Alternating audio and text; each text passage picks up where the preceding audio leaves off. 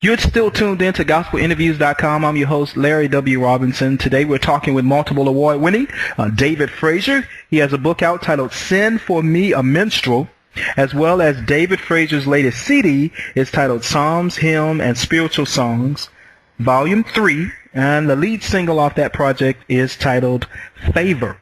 And as promised, we're going to have a little listening party with some of the music from David Frazier in just a little bit. But I wanted to talk a little bit more about this book.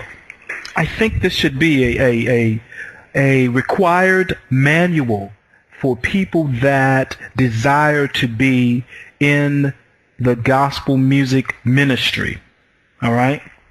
Now, I'm gonna have a question, but let me ask you a question based on something first. Here we go. So these principles that you have in this book, are they only applicable for people that are leading worship and doing gospel ministry at churches, or should these same principles be guidelines for people that are in the gospel industry? Because if you really think about it, the gospel industry is becoming more of the entertainment business. And so I can see why people that are in the entertainment business take on the characteristics and the take on some of the ways and the attributes of the way the world does the entertainment industry. So I guess my real question is, how can you find a balance, if there is a balance, to be a gospel music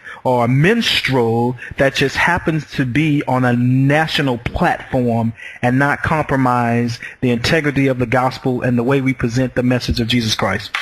You know, that's a great question, and I kind of talk about a little bit in the book that there's a big difference between the gospel music industry and the gospel music ministry. Okay.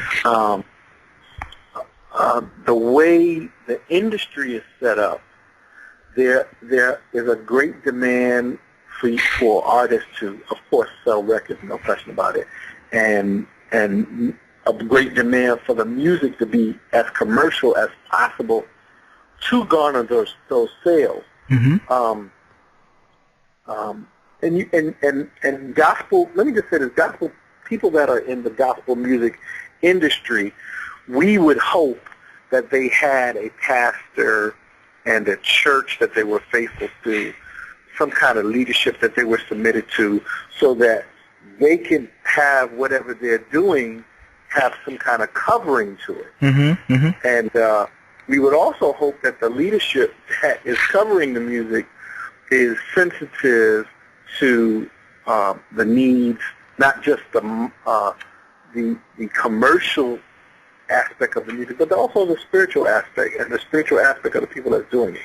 So I kind of talk about that in the book. I have a chapter about a call for responsible priests, mm-hmm. and I just kind of try to get leaders to become the head worship leaders mm-hmm. at their churches and for their people, so that they can be able to use the music to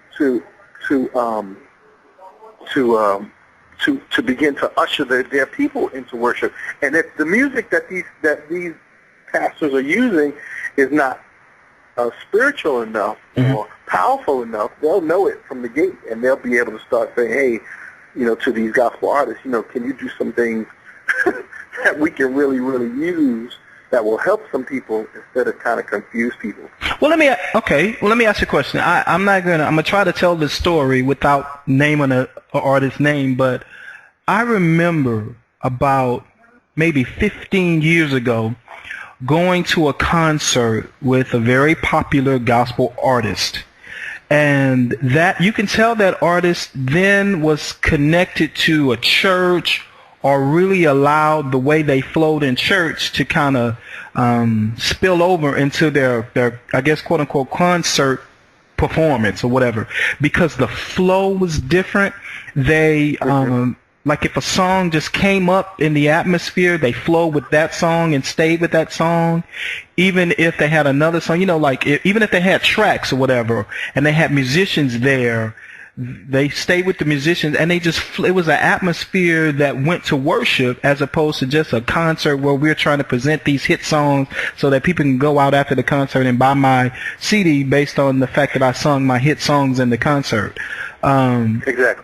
Is that, are we seeing less of that? Because now I'm going to concerts and it's the opposite. It's like, okay, I'm going to try to sing all my hit songs so that people can go out and buy the CD, but there's no flow. And you can literally feel that there's no flow to the concert. There's no, I can't put my finger on it. Maybe you'll be able to help me and tell me what's missing. Well, or the anointing. Well, like I said, there are certain demands of the industry that has even been placed from a concert perspective because, first of all, if you go to a concert now, there are very few concerts that are at churches, and if they are, they're at the very large churches, and normally the concerts at churches are a little bit different than the concerts at some of the major music halls and large venues because right now, the fees that are charged by some of the top 10 artists are start around $20,000 and go up to, there's some gospel artists that charge $50,000 a show. So, with these kind of prices, did you say artists have to,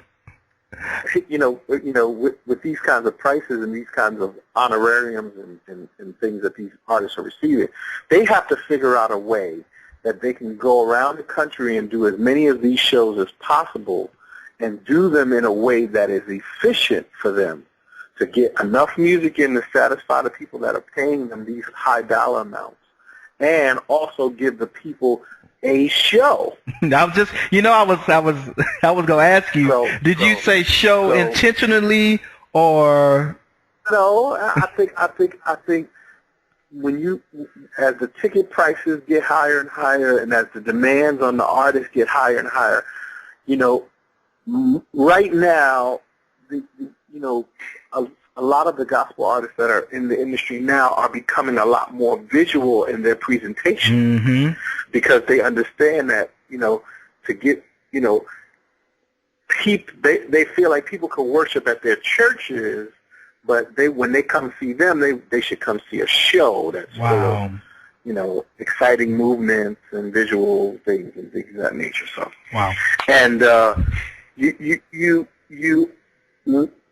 at the higher you go, the more of a demand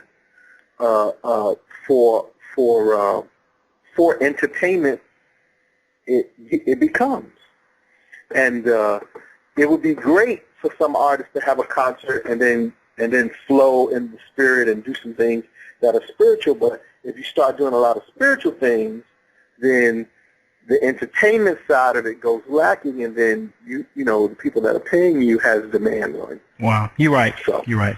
That's where the pressure comes. We're talking today with David Frazier. "Send for Me a Minstrel" is his book title. You need to get this book if you're in ministry. And then the CD is titled "Psalms, Hymns, and Spiritual Songs," Volume 3, Favor. Tell our listening audience one more time where they can go for more information about you and your music ministry.